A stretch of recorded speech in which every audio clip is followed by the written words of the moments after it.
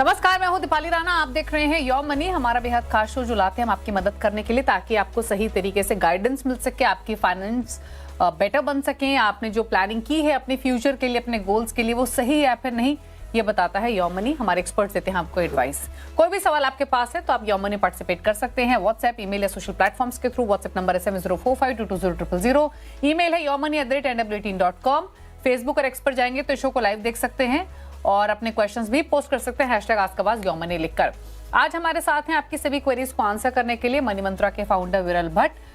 विरल नमस्कार, स्वागत है आपका। क्वेरीज लेंगे, उससे पहले बात करेंगे इनोवेशन फंड की। हालांकि आज अगर हम देखें तो म्यूचुअल फंड इंडस्ट्री में इतनी सारी कैटेगरीज हैं कि यानी इन्वेस्टर्स अपने टाइम होराइजन, अपने रिस्क एपेटाइट, अपनी चॉइस के हिसाब से फंड्स का चुनाव कर सकते हैं। इनोवेशन फंड भी मार्केट में एग्जिस्ट करते हैं, हालांकि उतने पॉपुलर नहीं है, बट क्योंकि नाम इनका काफी अच्छा है तो एग्जैक्टली आपसे समझना चाहेंगे कि इनोवेशन फंड होते क्या हैं। जो usual large cap, mid cap या स्मॉल कैप फंड्स होते हैं, ट्रेडिशनल इक्विटी फंड्स, उनसे किस तरीके से अलग होते हैं? बुलाने के लिए नमस्कार सभी को। देखिए दीपाली, ये ऐसे देखने जाए तो लास्ट 1-2 साल के पॉइंट ऑफ व्यू से ये कैटेगरी आई है, इंट्रोड्यूस हुई है। हालांकि ये डाइवर्सिफाइड फंड की तरह ही चलता है। मेनली जो एआई पॉइंट ऑफ व्यू से, आर्टिफिशियल इंटेलिजेंस के पॉइंट ऑफ व्यू से बहुत बातें होने लगी है। उसमें कितने मौके मिल सकते हैं, कितने मौके इन टर्म्स ऑफ पोर्टफोलियो के पॉइंट ऑफ व्यू से हम रख सकते हैं, उसके लिए ये एआई में इन्वेस्ट करता है। फिर ईवी, आप इलेक्ट्रॉनिक व्हीकल्स के पॉइंट ऑफ व्यू से जो अभी मार्केट उभर रहा है, बहुत लोग सोचते हैं कि ईवी, एआई, डिजिटाइजेशन, उसके पॉइंट ऑफ व्यू से मुझे निवेश की स्ट्रैटेजी बनानी है, ऐसा कोई फंड अवेलेबल है तो यस, इनोवेशन फंड ऐसे कुछ स्टॉक्स, ऐसे कुछ सेक्टर्स के ऊपर फोकस करता है और फिर अपना पोर्टफोलियो बनाता है। ओके, अच्छा, इसके अलावा क्योंकि हमने यूजुअली कुछ फंड मैनेजर से भी पहले बातचीत की है इस कैटेगरी को लेकर, तो उनका कहना भी ये होता है कि इनोवेशन फंड वो जो ऐसे आइडियाज में इन्वेस्ट करते हैं जहां पे इनोवेशन हो रही है, थोड़ा हटकर आइडिया है। तो अगर हम बात करें एआई, ईवी या डिजिटलाइजेशन की बात करें, जो कि उभरती हुई थीम्स हैं, ये जो न्यू एज थीम्स होती हैं, इनमें कितना ग्रोथ पोटेंशियल आप देखते हैं? क्या इनोवेशन फंड में अगर ये थीम शामिल है तो कितनी लॉन्ग टर्म अपॉर्चुनिटी हो सकती है, कंसिडरिंग हम बात करते हैं आगे के फ्यूचर की तो बात होती है एआई की, फ्यूचर की बात हो तो बात होती है ईवीज की। तो इस पर आपके कमेंट्स क्या हैं? यानी देखिए कैसे होता है कि आपने एक बहुत अच्छा चीज़ बोला अभी कि लॉन्ग टर्म, अभी ये ऐसी जो थीम्स होती है वो हाई रिस्क हाई रिटर्न वाली थीम होती है और अभी भी ये इवॉल्व फेज में है, इवॉल्व सेक्टर बोल सकते हैं। बाकी जैसे यूएस जैसी कंट्री हो गई, चाइना जैसी कंट्री हो गई, वहाँ पे काफ़ी टाइम से इसके ऊपर काम चल रहा है और काफ़ी सारे कंपनीज और स्टॉक्स वहाँ पे अवेलेबल है। इंडिया में अभी भी अगर हम देखेंगे तो अभी ये इवॉल्व फेज में है। अभी भी मुझे लगता है कि जो भी निवेशक ऐसे पर्टिकुलर फंड में निवेश करना चाहते हैं उसको definitely short term point of view से तो ना ही सोचे, long term point of view almost 7 years 10 years का टाइम होराइजन दे, क्योंकि ये हाई रिस्क हाई रिटर्न वाली स्ट्रेटेजी हो सकती है। अभी भी ज़्यादा अपॉर्चुनिटीज़ नहीं है। अभी पोर्टफोलियो कैसा बनाते होंगे तो अभी जो करंट कंपनीज अवेलेबल है in terms of digitization, EV या एआई के पॉइंट ऑफ व्यू से, वो ऐसे सारे थीम्स को लेकर अपना निवेश बढ़ाएंगे, यानी कंपनी में निवेश बढ़ाएंगे, जिसके वजह से आगे जाके ये चीज़ों को लेवरेज करके ओवरऑल वो स्टॉक में कुछ एप्रिसिएशन दिखे, रिटर्न्स दिखे और फिर वो कन्वर्ट हो सकते हैं म्यूचुअल फंड के पोर्टफोलियो में जिन्होंने भी ये इनोवेशन थीम में डाला होगा। अगर हम रिटर्न्स की भी बात करें ना दीपाली, तो लास्ट 1 साल के भी देखें तो अगर मैंने जितना एनालिसिस किया, मुझे जितना समझा, 6-7 फंड्स ऐसे है अभी इनोवेशन के कैटेगरी में, ज़्यादा नहीं है। आपने शुरू में ही कहा कि ज़्यादा नहीं है, बट ये 6-7 फंड के भी परफॉर्मेंस आप देखेंगे ना तो काफ़ी एक्सेप्शनली परफॉर्म किया हुआ है, क्योंकि ये बहुत ही हाई रिस्क, हाई वॉलेटाइल और हाई रिटर्न वाले सेगमेंट में आता है। ओके, तो जैसे आपने कहा कि हाई रिस्क है तो यहाँ पर रिस्क एपेटाइट भी उस हिसाब से होनी चाहिए। तो 2 चीजें और, अगर कोई इस फंड को कंसिडर करता है तो किन बातों का ख्याल रखे रिस्क पर्सपेक्टिव से, वैल्यूएशन पर्सपेक्टिव से, और आइडियली कितना टाइम होराइजन दे इस तरीके के फंड को? श्योर। तो दीपाली देखिए, 3 रिस्क बहुत ही इंपॉर्टेंट है। एक तो वैल्यूएशन रिस्क, क्योंकि ये अगर जब मार्केट फॉल होता है और स्टॉक्स डाउन जाते हैं, वहाँ पे फिर जब मार्केट में जैसे ही थोड़ी सी बढ़ोतरी आती है और वैल्यूएशन पॉइंट ऑफ व्यू से ये सपोर्ट करता होगा तो ही आप ऐसे फंड्स में निवेश करिए, क्योंकि ये स्टॉक्स जो पोर्टफोलियो बनता है शायद से बहुत ही कम स्टॉक्स का ही पोर्टफोलियो बनेगा। 30, 40, 50 से ज़्यादा स्टॉक्स फंड मैनेजर शायद से शामिल ना करे, तो बहुत ही सिलेक्टिव रहेंगे फंड मैनेजर्स। तो एक वैल्यूएशन रिस्क को भापना और समझना बहुत ज़रूरी है। साथ में बहुत बार हम देखेंगे तो वॉलेटिलिटी रिस्क भी बहुत ही है, क्योंकि ऐसे जो कंपनीज यानी जहाँ पे फंड मैनेजर फंड्स में निवेश करेंगे, स्टॉक्स में निवेश करेंगे, वो काफ़ी वॉलेटाइल होते हैं। यानी ज़रा सी भी गिरावट, जितना मार्केट गिरता है उससे कई ज़्यादा गिरावट ऐसे फंड्स में आ सकती है, ऐसे स्टॉक्स में आ सकती है। तो एक वॉलेटिलिटी रिस्क हमेशा बना हुआ रहता है। और पर्टिकुलर थीम पे अगर फंड मैनेजर बैट लेता है, जैसे हमने कुछ थीम्स की बात की, एआई के थीम्स की, डिजिटाइजेशन की, ईवी की, तो वो थीम का थोड़ा सा एक पर्टिकुलर बढ़ना वो पर्टिकुलर टाइम पे, वो फेज पे, यानी मैं कह रहा हूँ कि साइक्लिकल हो सकता है। तो थीम का भी एक रिस्क हो सकता है, वो थीम चलेगी नहीं चलेगी, थोड़ा टाइम देना पड़ेगा, ज़्यादा टाइम देना पड़ेगा। तो ये सारी चीज़ों को भांपने के बाद ही निवेशक निवेश करे ऐसे वाले में। ये पर्टिकुलर जो कैटेगरी है, मुझे लगता है कि ये सैटेलाइट पोर्टफोलियो में अगर हम रखेंगे, कोर पोर्टफोलियो में ना रखकर सैटेलाइट पोर्टफोलियो में रखेंगे, कम से कम 7 साल से 10 साल का अवधि का टाइम देंगे ऐसे पर्टिकुलर फंड को, कैटेगरी को, तो काफ़ी अच्छा होगा। ओके, अच्छा, एक और सवाल कि अगर कोई एक्सपोजर लेना चाहे 7-8 साल के पर्सपेक्टिव से, तो इस फंड में अभी इन्वेस्ट करना ठीक है या थोड़ा रुक कर करें, या एसआईपी के थ्रू अभी भी शुरुआत कर सकते हैं? एसआईपी के थ्रू करना ये बहुत ही सही निर्णय होगा, और कम से कम 7 से 10 साल का व्यू होना चाहिए। देखिए, ये अभी जो कैटेगरी है वो इवॉल्व हो रही है, और अपॉर्चुनिटीज़ आएगी जैसे जैसे हमारे इंडिया का ग्रोथ और बढ़ेगा, राइट। जैसे हम कह रहे हैं कि अभी इंडिया को बहुत ही फ्यूचरिस्टिक नेशन की तरफ देखा जाता है, बहुत सारे इनोवेशन यहाँ पे भी होंगे, इनोवेटिव आइडियाज़ भी आएगी, थीम्स भी आएगी। तो पोर्टफोलियो को वक्त देना होगा, फंड को वक्त देना होगा। समय अभी से डेफिनेटली रख सकते हैं, 5 से 10% का एलोकेशन रखे, उससे ज़्यादा एलोकेशन देने की ज़रूरत नहीं है, और एसआईपी से निवेश करना काफ़ी अच्छा होगा। ओके, कुछ नेम्स आप सजेस्ट करना चाहेंगे क्या इनोवेशन फंड कैटेगरी में? मुझे लगता है एचडीएफसी इनोवेशन फंड, ये एक फंड को देख सकते हैं। एसबीआई इनोवेशन फंड को भी देख सकते हैं। आदित्य बिरला का भी इनोवेशन फंड है। तो ऐसे 2 से 3 फंड देख सकते हैं। पहले रिस्क प्रोफाइल एसेस करना, कितना आप रिस्क ले सकते हैं, वो असेसमेंट के बाद ही ये फंड्स को आपके पोर्टफोलियो में शामिल करिए। ठीक है, तो ये राय रही आपके लिए इनोवेशन फंड पर, और नेम्स भी आपको सजेस्ट किए गए हैं। चलिए बात करते हैं अब व्यूअर्स के साथ। पहले व्यूअर रंजीत कुमार सिंह दिल्ली से हमारे साथ कनेक्टेड हैं। सिंह साहब नमस्कार, पूछे अपना सवाल। नमस्कार मैम। सर जी नमस्कार। मैंने जिस टाइम भेजा था उस टाइम तकरीबन 24.5 लाख का था, अभी 26 लाख का पोर्टफोलियो हो गया है, और मेरे को लगता है कि कुछ फंड ज्यादा है मैम, तो मैं निकलना चाहता हूं। जैसे मैं क्वांट स्मॉल कैप से स्टॉप लगा दिया है, लेकिन पैसे नहीं निकाला हूं, और डिफेंस मोतीलाल ओसवाल डिफेंस वाला को स्टॉप लगा दिया है। और तो मेरे को लगता है कि अभी भी और भी कुछ फंड ज्यादा हैं, जिससे मैं किससे निकलूं और उसको एग्जिट लोड के बाद में फिर उसमें उसका पैसा निकाल के और किसमें शिफ्ट करूं। और 5 लाख रुपए मेरे को और लमसम करने हैं, और अभी 26 लाख पोर्टफोलियो की वैल्यू हो गई है, इन्वेस्टेड वैल्यू। वैसे 27-28 लाख हो गई है वैल्यू, लेकिन इन्वेस्टेड वैल्यू 26 लाख है। पूछ लेते हैं, तो 26 लाख के आसपास की पोर्टफोलियो की वैल्यू, 36,000 की मंथली सिप, 10 साल में 1.5 करोड़ का लक्ष्य है, 5 लाख लमसम भी इन्वेस्ट करना है। कुछ फंड्स में एसआईपी बंद कर दी है, बट पोजीशन होल्ड कर रहे हैं। फटाफट से इनका एक्टिव पोर्टफोलियो बता देती हूँ। Nippon India small cap, Invesco India large and mid cap, Motilal Oswal mid cap, Parag Parikh flexi cap, Kotak multi cap, then Edelweiss gold and silver ETF fund of fund, Nippon multi asset, HDFC balanced, Axis Nifty 100 index fund. इन सभी में 4,000 each डाल रहे हैं, यानी total 8 funds हैं इनके पास।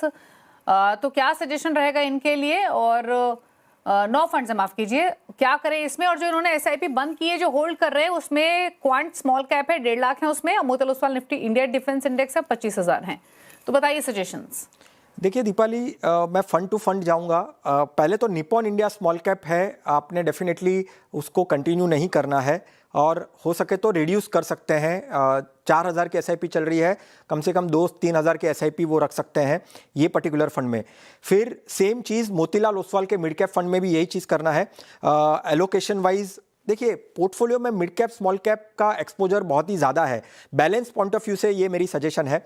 मोतीलाल ओसवाल को भी कंटिन्यू रखना है। एलोकेशन वाइज थोड़ा सा रिविजिट कर सकते हैं आफ्टर सम टाइम, अभी कुछ नहीं करना है, जो अमाउंट चल रही है वो कंटिन्यू रख सकते हैं। Invesco large and mid cap continue करना है। कोटक मल्टी कैप को भी कंटिन्यू करना है। पराग परिक को भी कंटिन्यू करना है, रखना है। गोल्ड सिल्वर को भी मॉनिटर करते रहना है, कंटिन्यू कर सकते हैं। फिर जो एक्सिस निफ्टी 100 इंडेक्स फंड है, मल्टी एसेट फंड है, और HDFC बैलेंस फंड, तो ओवरऑल अगर हम देखें तो दो फंड में, एक तो निप्पॉन इंडिया स्मॉल कैप और मोतीलाल ओसवाल का जो मिड कैप है, ये दो फंड में आपको रिड्यूस करना है या बंद करना है, आप कर सकते हैं। बाकी के जो फंड्स मैंने कहा उसको कंटिन्यू रख सकते हैं। और जो कॉन्ट स्मॉल कैप का जो फंड वो उनके पोर्टफोलियो में है, और मोतीलाल ओसवाल का डिफेंस इंडेक्स फंड है, मुझे लगता है कि रिव्यू करना चाहिए। कॉन्ट का आपने कहा तो ऑलरेडी निप्पॉन स्मॉल कैप है, राइट, और फिर कॉन्ट का स्मॉल कैप भी है, तो इसमें से कोई दो में से कोई एक ही फंड रखिए। और जो भी पैसा जिसको भी आप बंद कर रहे हैं, आप निप्पॉन स्मॉल कैप को बंद कर रहे हैं तो कॉन्ट स्मॉल कैप में पूरा पैसा शिफ्ट करके उसको आप कंटिन्यू रख सकते हैं। और जो आपका लमसम अमाउंट आपको इन्वेस्ट करना है उसको मैं ऐसा कहूँगा कि अभी आप हाइब्रिड के अंदर करिए, या आप अभी जो इक्विटी फंड्स हैं उसमें आप स्ट्रेट अवे STP कर सकते हैं। अभी के मार्केट से लेकर थोड़ा सा और 6 महीने से 9 महीना देकर धीरे धीरे करके आप आपके एग्जिस्टिंग पोर्टफोलियो में ऐड कर सकते हैं। कोई नए फंड की मैं यहाँ पे सजेशन नहीं दे रहा हूँ, क्योंकि ओवरऑल आपके फंड्स बहुत ज़्यादा है। 2 फंड से रिड्यूस करना है। कॉन्ट स्मॉल कैप में आपको ओवरऑल स्मॉल कैप का पोर्टफोलियो कंटिन्यू करना है, और जो आपको लमसम इन्वेस्ट करना है, चाहे तो आप हाइब्रिड में करिए या आपको इक्विटी का एक्सपोजर लेना है तो धीरे धीरे करके आपके एग्जिस्टिंग फंड में ही STP करके निवेश करिए। ओके, तो ये सलाह रही है रंजीत जी आपकी लिए। जैसे आपको बताया है, निप्पॉन इंडिया स्मॉल कैप में SIP बंद करनी है, किन फंड्स में निवेश जारी करना है उसकी जानकारी भी दी गई है, और जहां आपको SIP कम करनी है वो नेम्स भी आपको बताए गए हैं। अच्छा, एक चीज़ और, जैसे आपने इन्हें पोर्टफोलियो पर तो राय दी विरल, लेकिन जो इन्हें लमसम करना है वो भी इन्हीं फंड्स में करें में ही करें, धीरे धीरे करके STP कर सकते हैं, एक साथ निवेश ना करें अभी के एग्जिस्टिंग इक्विटी पोर्टफोलियो में। और या तो पैरेलली थोड़ा सा रिस्क कम लेना है, इक्विटी जितना रिस्क नहीं लेना है, और टाइम टेन्योर मान के चलिए यहाँ से 3 से 5 साल का पकड़ के चलते हैं लमसम के पॉइंट ऑफ व्यू से, तो हाइब्रिड कैटेगरी में मल्टी एसेट जैसे फंड में कर सकते हैं। ओके, और जो इनका टारगेट है वो कैसे अचीव होगा? एग्जिस्टिंग SIP से हो जाएगा क्या 1.5 करोड़ का 10 साल में, और अगर नहीं तो कितना और इनको एलोकेशन इंक्रीज करना पड़ेगा?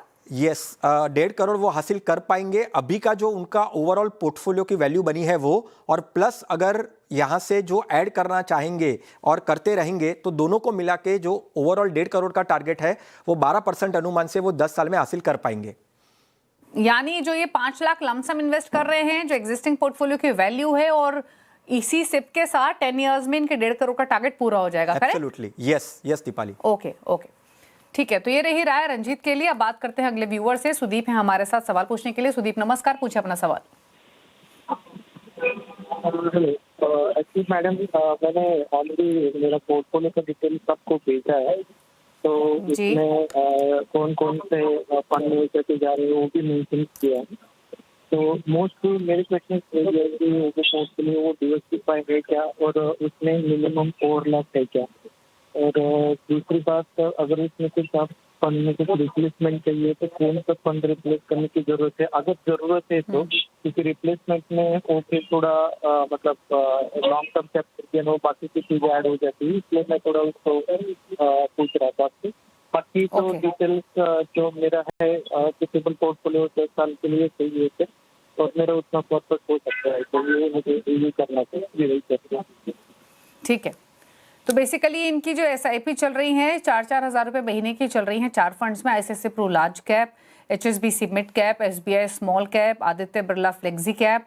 16,000 की टोटल सिप है, और 15 साल में 1 करोड़ का लक्ष्य है। एनुअल 5% स्टेप अप भी करेंगे। और जैसे इन्होंने बताया कि एग्जिस्टिंग पोर्टफोलियो पर तो राय चाहिए ही, अपनी गोल पर भी राय चाहिए। दरअसल इनको ये रिटायरमेंट प्लानिंग के पर्पज से लिया है, तो SWP के थ्रू निकासी भी करेंगे इन फ्यूचर। अभी ये 45 ईयर्स एज के हैं, तो रिटायरमेंट एज में एंटिसिपेट कर रहे हैं। तो बताइए क्या सजेशन है इनके लिए? देखिए दीपाली, पोर्टफोलियो में तो सुदीप जी को कोई चेंजेस नहीं करना है। पोर्टफोलियो ऐसा ही रखेंगे तो भी कोई प्रॉब्लम नहीं आएगा, क्योंकि देखिए फंड्स के जो परफॉर्मेंस भी है वो कंसिस्टेंसी मिली है उनको, और आगे जाके भी जो कंसिस्टेंट परफॉर्मर है, काफ़ी अच्छी तरीके से मैनेज किया हुआ है फंड मैनेजर ने पोर्टफोलियो, तो वहाँ पे कोई दिक्कत नहीं है। थोड़ा सा मैं रिस्ट्रक्चर करना चाहूँगा यहाँ पे, जो वो इक्वली अमाउंट कर रहे हैं। मेरा सजेशन यहाँ पे ये है कि फ्लेक्सी कैप में 6,000 की एसआईपी कर दीजिए, फिर लार्ज कैप में जो कर रहे हैं वो 3,000 की एसआईपी रखिए अमाउंट वाइज, फिर मिड कैप में 4,000 और स्मॉल कैप में 3,000। तो ये जो रिस्क रिवॉर्ड का जो रेशियो होता है बैलेंस करने के पॉइंट ऑफ व्यू से, मैं इसके लिए ये सजेशन उनको देना चाहूँगा कि थोड़ा सा अमाउंट को ट्विक करिए और फिर रीबैलेंस भी हो जाएगा पोर्टफोलियो। फंड को चेंज करने की ज़रूरत नहीं है। मैं रिस्ट्रक्चरिंग करने के पॉइंट ऑफ व्यू से अमाउंट वाइज मैंने कहा कि ये इस तरह से अगर करना है तो वो कर सकते हैं। बाकी टारगेट पॉइंट ऑफ व्यू से अगर देखेंगे तो 10% से अगर पोर्टफोलियो में रिटर्न्स मिलते हैं 15 साल में 84 लाख वो अचीव कर पाएंगे, 12% से वो करीबन 1 करोड़ के आसपास पहुंच पाएंगे, और अगर पोर्टफोलियो ने 12 से 14%, 12 से ज़्यादा 14% अगर परफॉर्मेंस दिया, रिटर्न्स दिया, कंपाउंडेड रिटर्न्स, तो वो 1 करोड़ 15 लाख पहुंच पाएंगे। तो यहाँ पे मुझे लगता है कि थोड़ा एसआईपी में और एग्रेसिव अगर वो हो पाते हैं तो वो 1.5 करोड़ का जो टारगेट लेकर शायद से चल रहे हैं वो अचीव कर पाएंगे। ठीक है, पूछ लेती हूँ। तो ये रही राय आपके लिए सुदीप जी, जैसे पूछने पर बताया विरल ने। तो आप अपने लक्ष्य की बात करें तो 15 सालों में मान के चले आप अराउंड 85-90 लाख के आसपास की राशि इकट्ठा कर लेंगे। अब क्योंकि आप स्टेप अप करने की बात ऑलरेडी कर रहे हैं तो 5% की जगह 10% अगर आप स्टेप अप करेंगे तो भी अपने गोल के नज़दीक पहुंच जाएंगे। तो ये आपके लिए सजेशन रहेगा। आपको आइडिया भी दिया गया है कि कितना इन्वेस्टमेंट इस टाइम होराइजन के साथ किस कैटेगरी में करना चाहिए। तो ये राय रही सुदीप के लिए। रुकने इसी के साथ एक ब्रेक के लिए। ब्रेक के उस पार कुछ और व्यूअर्स से करेंगे बातचीत। जल्द वापस आते हैं।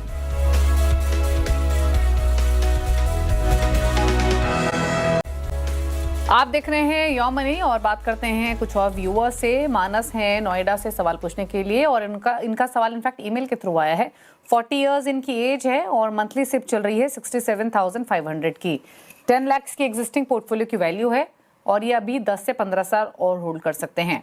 इनका जो पोर्टफोलियो है काफ़ी बड़ा है, 2,500 से लेकर 10,000 तक की इनकी सिप चल रही है।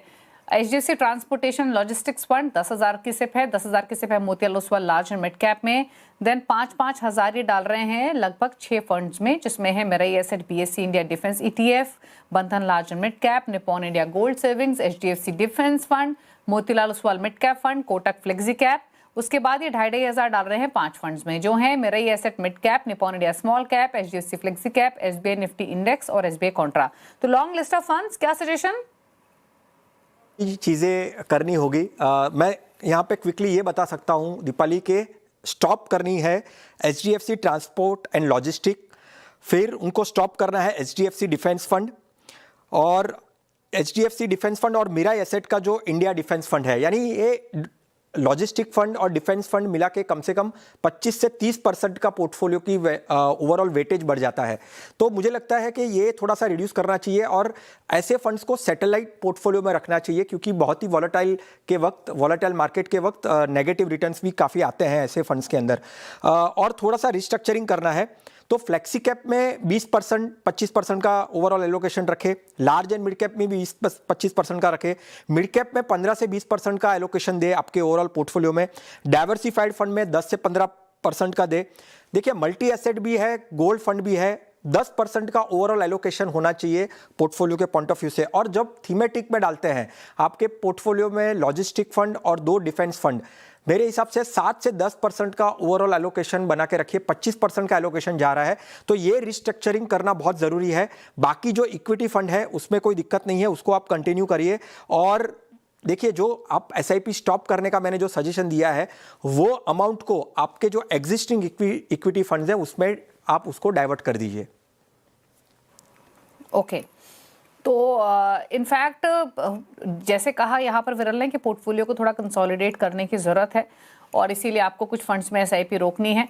तो जिसमें आपको HDFC transportation logistic, Mirae asset, BSE defence ETF, HDFC defence fund की बात है। तो आपने 3 फंड्स को रोकने की बात की है ऑलरेडी। अगर आप इनकी लिस्ट देखेंगे तो मेरे ख्याल से 12-13 फंड इनके पास हैं, तो यानी 8-9 फंड्स रखें फिर भी जो आपने कहा इन्वेस्टमेंट कंटिन्यू करें। 7 फंड के आसपास रख सकते हैं, ऑलमोस्ट 10-11 फंड हो रहे हैं, तो 3 फंड को कंसोलिडेटेड करके ओवरऑल 7 फंड के आसपास रखेंगे तो ओवरऑल जो स्ट्रेटेजी बनेगी वो काफी अच्छी तरीके से वो कर सकते हैं। बट ध्यान में रखना है एलोकेशन।